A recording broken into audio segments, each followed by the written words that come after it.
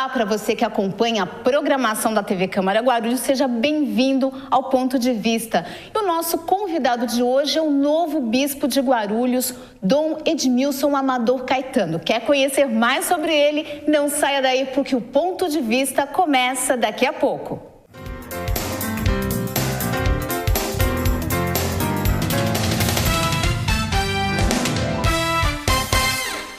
Queria parabenizar a TV Câmara, parabenizar aqui o presidente e todos os vereadores pelo trabalho que vem sendo feito e espero que vocês possam continuar contribuindo cada vez mais para levar informação à nossa população e permitir que o cidadão possa participar, dando opiniões, sugestões e ajudando a construir a cidade. E parabéns pela qualidade, porque eu estava dizendo agora há pouco, vez ou outra, estou por aí no trânsito, às vezes até fora de Guarulhos, e aí ligo o celular pela internet, sintonizo, acompanho. Então, a gente fica feliz quando vê essas coisas, porque significa que esse esforço que vocês estão fazendo aqui, tem muita gente que vocês nem estão sabendo, mas que estão do outro lado, acompanhando para e passo tudo que acontece no Legislativo e tudo que acontece na cidade. Parabéns, sucesso e já nasceu bem.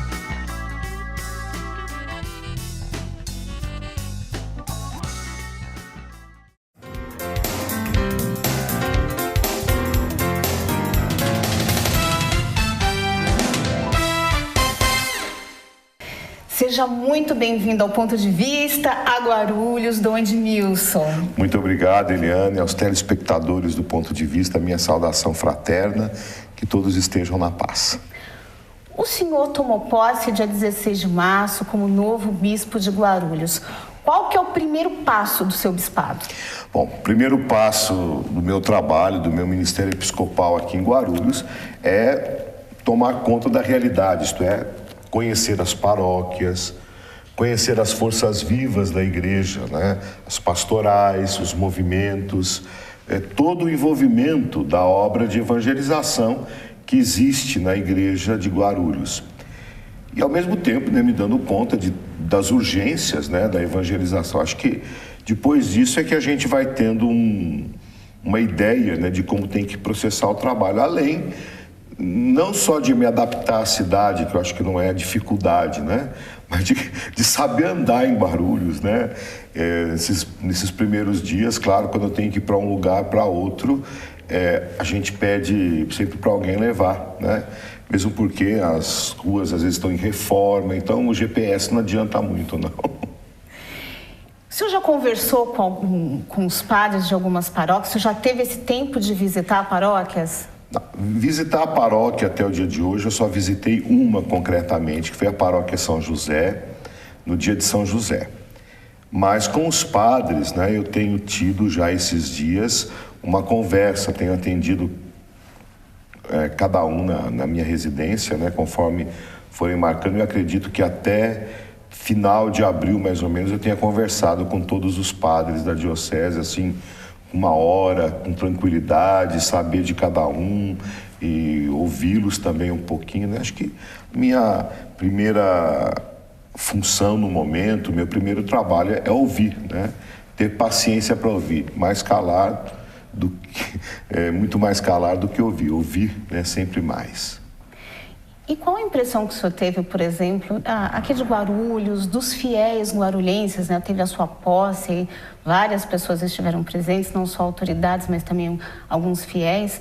Qual que é a sua primeira impressão da cidade? Eu fiquei positivamente impressionado, né, com os fiéis, porque compareceram em grande número, né, ao Tomelzão, por motivos de segurança, né, nem todos puderam entrar. Alguns ficaram de fora e eu sei que muitos queriam ir e não foram exatamente por causa dessa restrição. Foi transmitida, né, pela Rede Católica, pela Rede Vida de televisão. Então isso proporcionou as pessoas de assistirem. Eu tenho encontrado muitas pessoas nesses dias que disseram para mim, olha, não fui na sua posse, mas assisti pela televisão. Então isso é positivo porque mesmo sendo domingo, para as pessoas movimentarem, algumas tiveram que tomar, não sei, 2, 3 conduções, né, para poder chegar no local e vieram. Então, isso mostra uma disponibilidade das pessoas em viverem, né, o seu ser igreja. Acho que acredito que isso é uma característica da igreja em toda cidade grande, onde as pessoas têm o seu dia a dia muito atribulado, até mesmo pelos grandes problemas metropolitanos de condução, de trabalho, de um lado para o outro da cidade para trabalhar, etc. E a participação delas na igreja é uma participação consciente, viva, porque as pessoas que não têm essa consciência dizem: bom, final de semana eu vou ficar em casa, não vou me envolver, já tenho tanta coisa para cuidar da minha vida, porque nós vivemos numa sociedade, numa cultura, cultura pós-moderna, como alguns dizem, ou outros já usam até outros adjetivos, onde as pessoas vivem e são educadas para o individualismo, né? Nem tanto, fala-se da individualidade, mas na realidade é o individualismo onde as pessoas são educadas a pensar em si em primeiro lugar e não no outro. Então a gente fica contente quando vê uma igreja onde as pessoas se dispõem a participar, a se movimentar, a se fazer presente. Então isso é um positivo para a obra da igreja e para a obra da evangelização também. Edmilson, o senhor é de São Paulo, nasceu em São Paulo há 54 anos. Eu queria que o senhor contasse um pouquinho para a gente como foi a sua aproximação com a Igreja Católica. Conta um pouquinho essa história entre o senhor e a Igreja Católica, até para que os fiéis conheçam melhor um pouquinho da sua vida pessoal, né? Como que o senhor se tornou padre, né? Bom, as coisas, em primeiro lugar, são de Deus, eu acredito, né? Desde criança, talvez ainda de colo, ou ainda... Eu comecei a andar, talvez a não dar muito trabalho com meu pai, ele me levava nas missas aos domingos, né? Nós morávamos no bairro da Bela Vista, ali em São Paulo, foi onde eu nasci, né? Morei até os 8 anos ali, e nós íamos na igreja Nossa Senhora Quirupita, né? Ali na 13 de maio, no Bela Vista. Famosa pelas festas... Famosa. Festas de meio de ano. Depois eu estudava, o primeiro ano de escola eu estudei no Grupo Escolar Rodrigues Alves, que é uma escola que existe até hoje na Avenida Paulista, né, em frente ao Hospital Santa Catarina.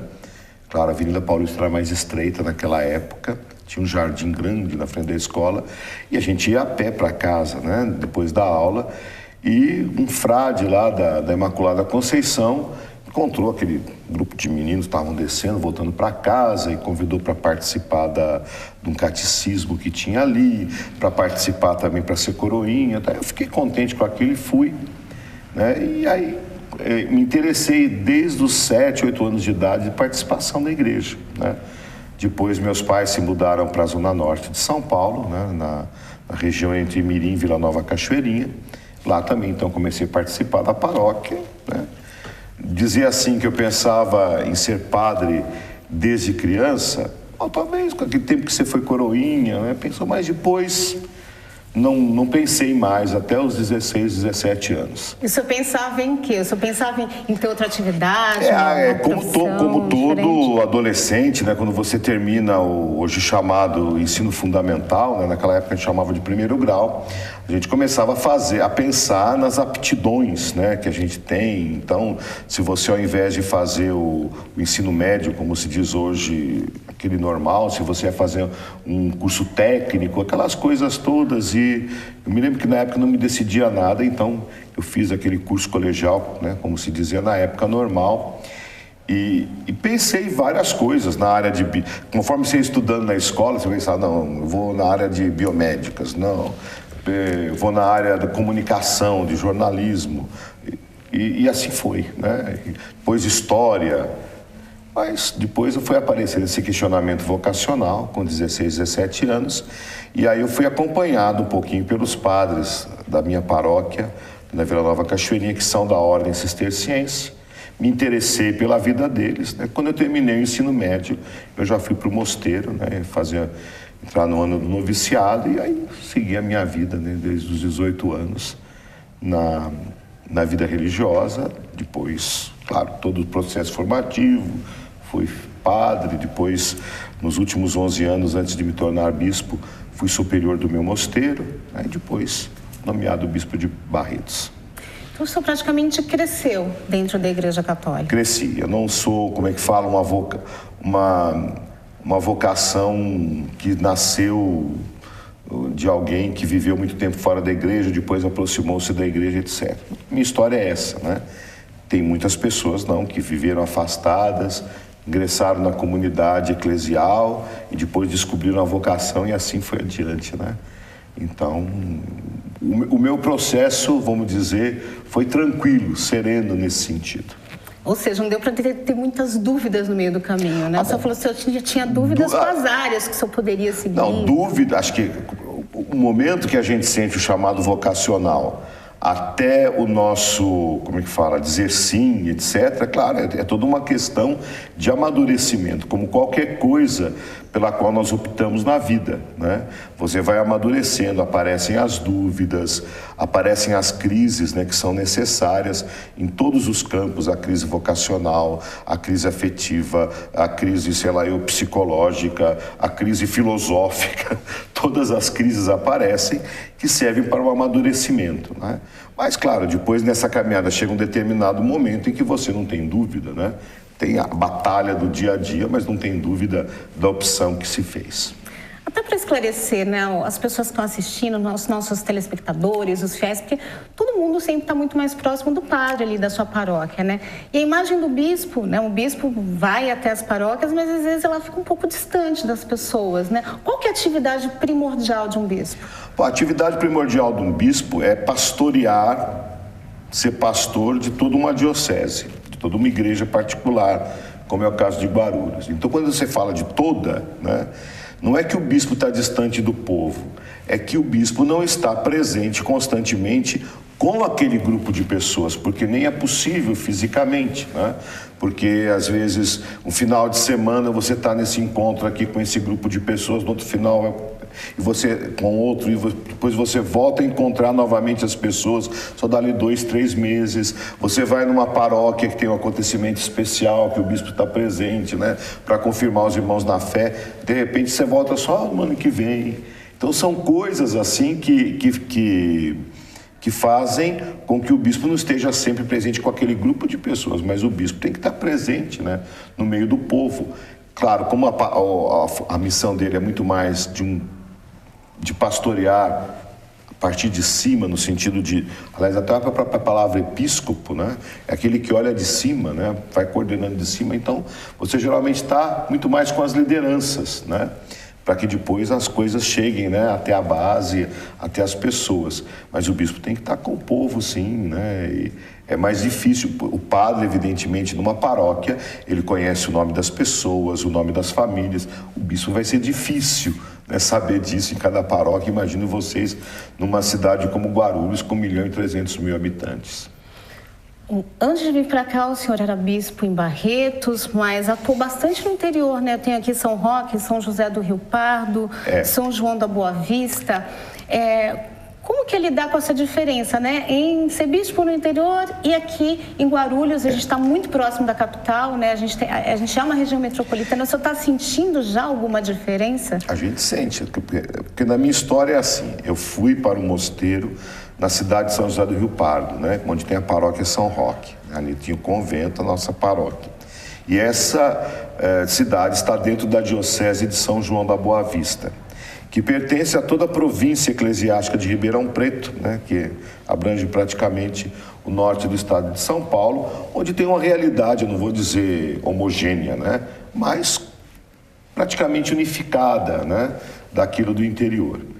E exatamente lá, contando meu tempo de formação e o tempo que eu vivi como padre, né, trabalhando na formação, dando aula no seminário em São João da Boa Vista, etc., eu vivi uma realidade unificada, até mesmo quando eu fui bispo de Barretos, porque Barretos pertence à província eclesiástica de Ribeirão Preto. Então é uma realidade, quer dizer, Barretos está a 250 quilômetros de São José do Rio Pardo, não está muito distante, né? Então, eu vivi, né, apesar de ser um paulistano, eu vivi, posso dizer, 36 anos, né, fora da realidade metropolitana, de viver numa cidade grande. Isso não me assusta, porque a gente sempre em São Paulo, nunca tive problema por andar em São Paulo, etc. Agora, pastoralmente, sim, né, porque eu estou vivendo, a gente vive aqui uma realidade pelo próprio dia a dia das pessoas. E acredito que eu, como bispo, eu tenho que compreender muito bem isso, né? Porque certas atitudes e ações pastorais que são muito válidas e importantes, né, no interior, mesmo que seja do estado de São Paulo, numa região metropolitana como Guarulhos, né, não seriam adaptáveis, né, não seriam oportunas. Então isso eu tenho que aprender, né? Tenho que aprender, tenho que ver, até para poder fazer as coisas do meu jeito, né? Eu não posso deixar de ser eu mesmo, né? Então, do meu jeito, da minha maneira de ser. Bom, a gente vai fazer agora um pequeno intervalo, mas no segundo bloco a gente volta a conversar com o Dom Edmilson sobre a Igreja Católica, enfim, sobre uma série de temas ligados ao Bispado e à Igreja Católica. E você que está assistindo, não saia daí.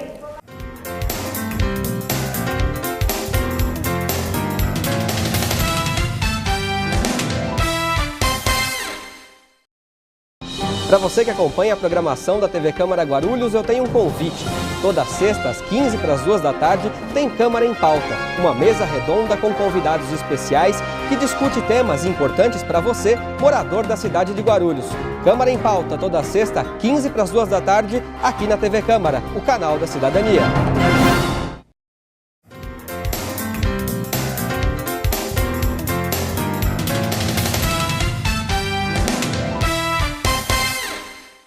De volta com o Ponto de Vista, eu entrevisto o novo bispo de Guarulhos, Dom Edmilson Amador Caetano. Bom, a gente terminou o primeiro bloco falando sobre algumas atitudes, né, que o senhor tem que adaptar entre uma diocese e outra, por exemplo, de acordo com a realidade, né, dos fiéis. Dá algum exemplo para a gente sobre essas adaptações de atitude? Por exemplo, eu venho de uma diocese de Barretos. Barretos é a cidade conhecida, famosa, seja por causa do rodeio, né? Do rodeio anual que acontece lá, como também pelo Hospital de Câncer, né? Que é uma grande referência. Mas é uma cidade relativamente pequena, são 113 mil habitantes. Então, o que acontece? Quando nós falamos de periferia em Barretos, que é a cidade maior que tem ali, eu falo de uma coisa que eu saindo da minha casa em 5 minutos eu estou lá, né? E as pessoas da periferia têm um acesso melhor e mais fácil ao centro. E as outras cidades eram todas menores, né? Nem se pode falar de periferia das outras cidades. Aqui não, né? Aqui, para eu me mover do centro à periferia, seja por causa do trânsito, seja por causa de obras, né?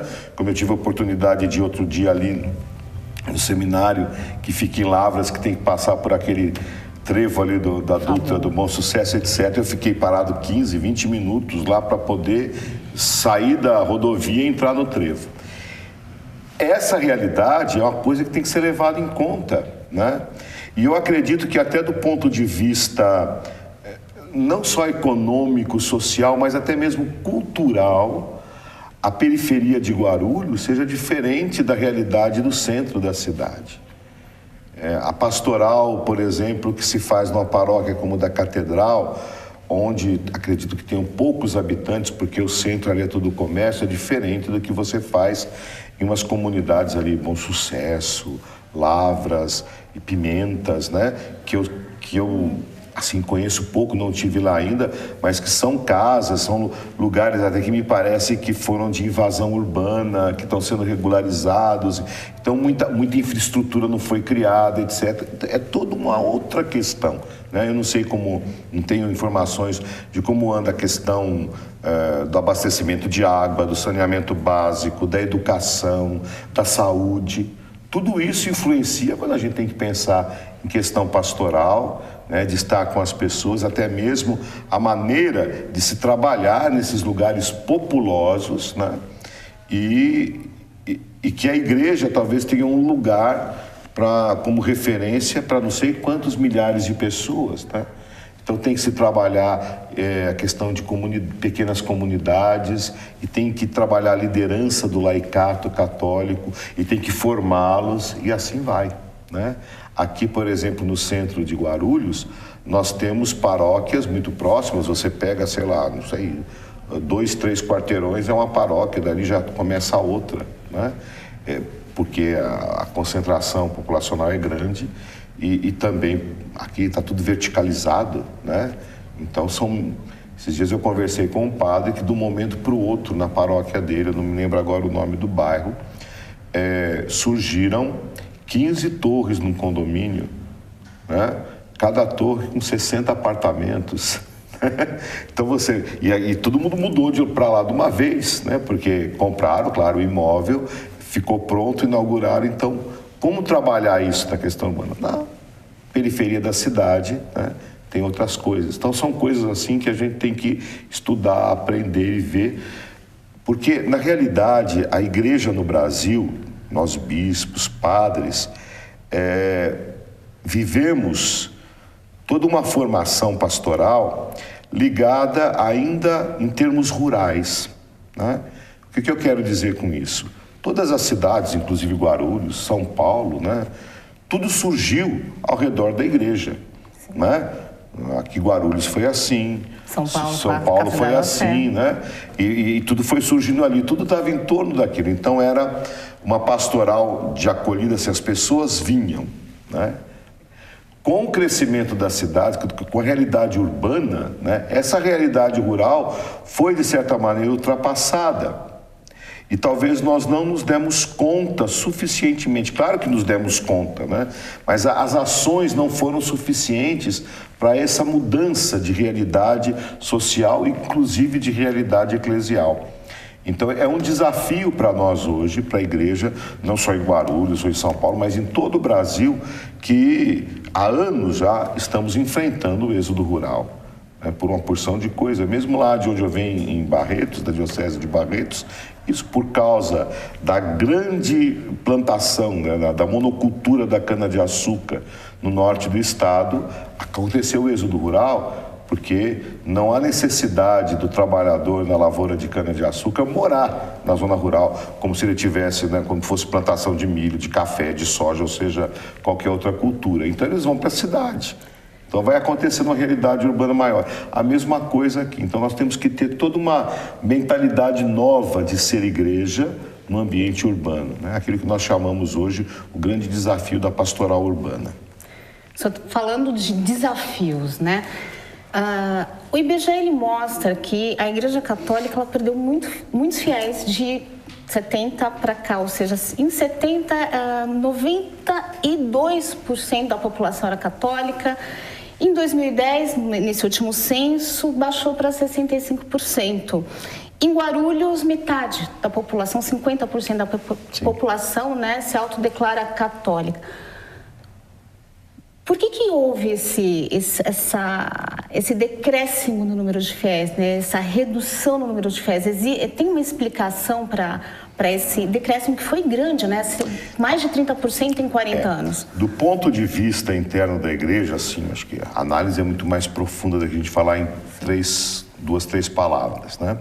Do ponto de vista interno da igreja, é exatamente esse insight, né, vamos chamar assim, de captar a necessidade de passar dessa pastoral de origem rural para uma pastoral urbana, né, em que talvez a igreja não tenha se dado conta para acolher os fiéis, para estar perto, né, dos fiéis.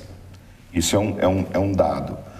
Um segundo dado, né, que eu vejo que aconteceu isso também, né, é que as pessoas têm uma sede de espiritualidade, né, e a igreja, pelos grandes problemas políticos que nós vivemos, principalmente durante a ditadura, né, a igreja preocupou-se com a questão social, e preocupação importante que faz parte do Evangelho, porque o Evangelho tem que ter uma força sociotransformadora, né?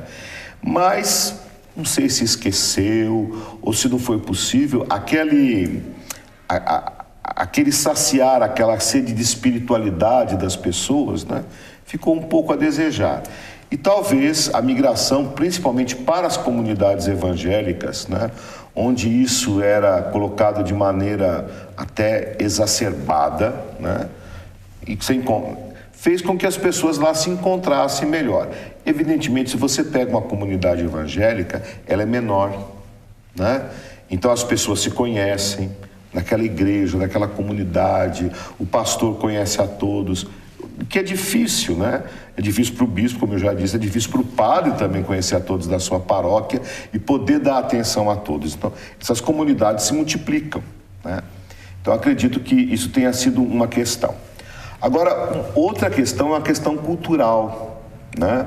A Igreja Católica, na sua doutrina, né, ela tem coisas bem precisas e objetivas. E tem um corpo doutrinal, claro, que brota da tradição milenar, né, bimilenar da Igreja, da Palavra de Deus, nada é dito por puro fundamentalismo. Então se exige, né, na questão da moral, na questão da ética, na questão da própria vida pessoal das pessoas, exigem algumas coisas, né? Então as pessoas, muitos deixaram a Igreja Católica porque talvez não compreenderam e não sentiram isso. Dê alguns exemplos, Dom Edmilson. Por exemplo, a questão do casamento, né? Quer dizer, a doutrina sobre o matrimônio da Igreja que brota dos Evangelhos é da indissolubilidade matrimonial. Então, a questão cultural do nosso país, da nossa sociedade nos últimos 50 anos, partiu, quer dizer, seja o desquite, a liberação da mulher, que teve todos os seus atos, todo o seu aspecto importante, até chegar ao divórcio, né? Então as pessoas falam assim, mas se a sociedade já aceita o divórcio, por que a Igreja não aceita? E muitas igrejas evangélicas, né, aceitam, né, tranquilamente, e casam, e recasam, e para muito, quer dizer, não tem... Na igreja evangélica, por exemplo, não tem essa dimensão de sacramento. Isso não quer dizer que eles não levem a sério o sacramento absolutamente, né? Mas a questão da indissolubilidade matrimonial não está ali, né? E outros tantos aspectos, né, que foram surgindo. Por trás disso tudo, principalmente o ramo pentecostal das igrejas evangélicas, tocou naquilo que eu dizia há pouco, da cultura do individualismo, né? De você procurar satisfazer as suas necessidades. Então, o que acontece? Aquela igreja promete, que a gente chama até hoje, entre aspas, de uma teologia da prosperidade, né? Quer dizer, você vai ser próspero, você vai, né? Eu não estou dizendo nem dessas igrejas que enganam para arrecadar dinheiro, não. Existem igrejas que não estão pegando dinheiro à torto e à direito dos fiéis, assim, não. Mas que pregam isso, né? Jesus é aquele que te cura, Jesus é aquele que te dá um emprego, Jesus é aquele que não sei o quê, e assim por diante. Então, essa teologia da prosperidade também atrai as pessoas, porque eu estou procurando satisfazer aquilo que é meu, né? Estou pensando em mim. E como é que fala? O modo de viver católico tem uma abrangência muito mais de comunidade, de solidariedade, de partilha, de comunhão, né? Que é um outro discurso. Então as pessoas migram para aí. E vale a pena dizer que as pessoas, o IBGE, isso não faz um censo disso. Mas na realidade, a pessoa se diz evangélica, uma pessoa que se diz evangélica muitas vezes, já passou por várias comunidades evangélicas, né? Ela foi a várias denominações, então ela não é fiel àquela comunidade a qual ela se vinculou quando deixou a Igreja Católica, porque ela procura algo que a satisfaça, né? Eu não vou na Igreja Católica porque é tudo de um jeito só, mas eu vou aqui nessa comunidade, naquela comunidade, né? Acho que aqui em Guarulhos tem essa realidade de você passar numa rua e encontrar várias igrejas evangélicas, principalmente de denominação pentecostal. Muitas vezes elas são fundadas assim. Um grupo aqui descobriu um outro carisma, uma outra maneira de pregar, ou acha que tem que ser assim, entra em discordância com esse, vai lá e abre uma igreja, claro, legalmente, né? Porque tem todo um processo hoje no Brasil que permite a abertura de associações religiosas, você paga uma taxa, cria um CNPJ e está feita a comunidade. Dom Edmilson, o senhor gostaria de deixar alguma mensagem para os fiéis que estão nos assistindo, para os telespectadores? Que todos, né, aprendam a crescer na fé. Para crescer na fé, nós temos que estudar a palavra de Deus, temos que receber a graça de Deus, temos que nos colocar em espírito de conversão. Para a obra evangelizadora que nós somos chamados a fazer aqui na Igreja de Guarulhos, né, exige sim realmente um comprometimento com o Evangelho e com a vida. Então eu desejo que todos os fiéis católicos de Guarulhos, né, possam realmente entender isso, desse seu ser igreja. E que todos os habitantes de Guarulhos também procurem, né, defender a vida, buscar a vida e a vida plena em todas as coisas. Só assim se pode construir uma sociedade nova, né? A igreja não está prometendo o céu na terra, não existe, o céu é no céu, né? Mas nós podemos viver os valores do reino de Deus aqui e agora e sentirmos a alegria e a felicidade do reino de Deus, que vai ser concluído, né, plenamente concluído na eternidade. Podemos senti-lo aqui e agora, na nossa fé. A vida eterna não é algo para depois, é para hoje. A gente pode ter essa vida em Cristo. Saudações a todos. Muito obrigada pela sua participação no Ponto de Vista. Foi um prazer recebê-lo no nosso programa. Muito obrigado a você, Eliane, a todos do programa e a todos os telespectadores. Tendo oportunidade, venho com alegria novamente aqui.